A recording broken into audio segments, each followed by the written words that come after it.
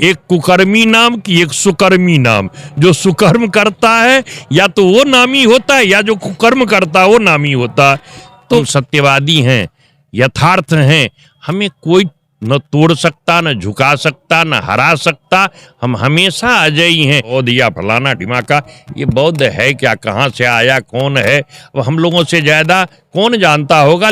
साथियों, एक तरफ जहां बिहार के शिक्षा मंत्री चंद्रशेखर ने रामचरितमानस को जहरीली किताब बताई, तो दूसरी तरफ समाजवादी पार्टी के नेता स्वामी प्रसाद मौर्य ने रामचरितमानस को बैन करने की मांग उठाई है।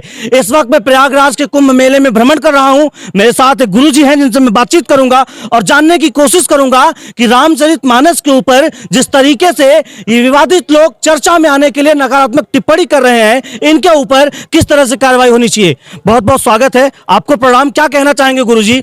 रामचरितमानस को बैन करने की मांग उठा रहे हैं समाजवादी पार्टी के कद्दावर नेता स्वामी प्रसाद मौर्य। कुछ ऐसा कह के चर्चा में आने का ख्वाहिश है इन लोगों को।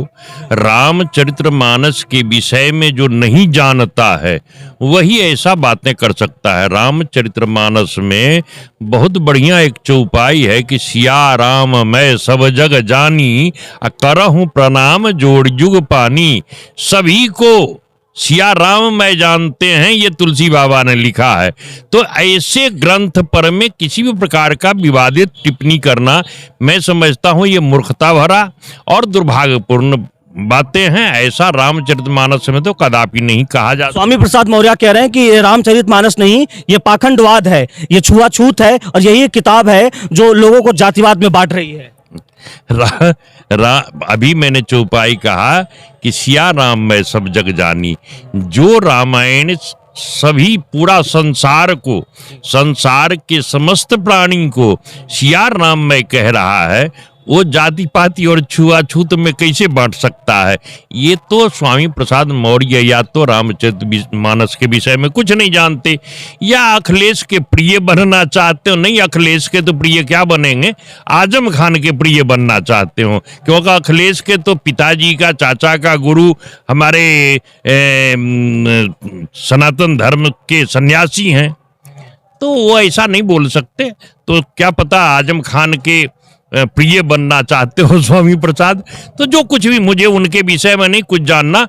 मैं इतना कह सकता हूं कि रामचरितमानस के विषय में जो कोई भी, चाहे बिहार के शिक्षा मंत्री हो, चाहे वो कहीं का कोई भी व्यक्ति हो, अगर इस प्रकार की कोई बातें करता है तो या किसी न किसी दुष्प्रचार मानसिकता से वो पीड़ित है। और इसलिए रामचरितमानस को जिसने नहीं जाना वही रामचरितमानस पर में सवाल उठा सकता है। बाकी रामचरितमानस मर्यादित ग्रंथ है, समरसता को दर्शाती है। रामचरितमानस के जैसा कोई ग्रंथ हमारे धर्मशास्त्र में इसका अतुलनीय ग्रंथ है, इसका कोई तुलना नहीं है। कि कहीं पर कोई भेदभाव रामचरितमानस में नहीं है।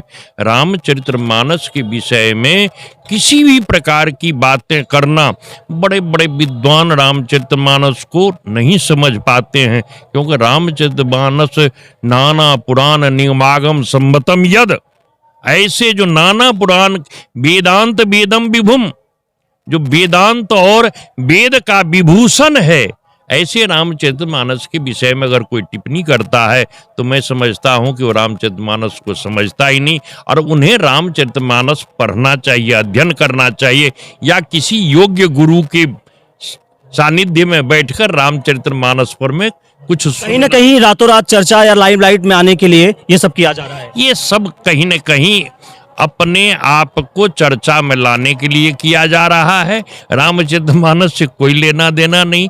जो लोग देखता है, ये भारतवर्ष है, ये भारतवर्ष में आजकल हिंदू राष्ट्र के ओर बढ़ रहा है ये भारतवर्ष।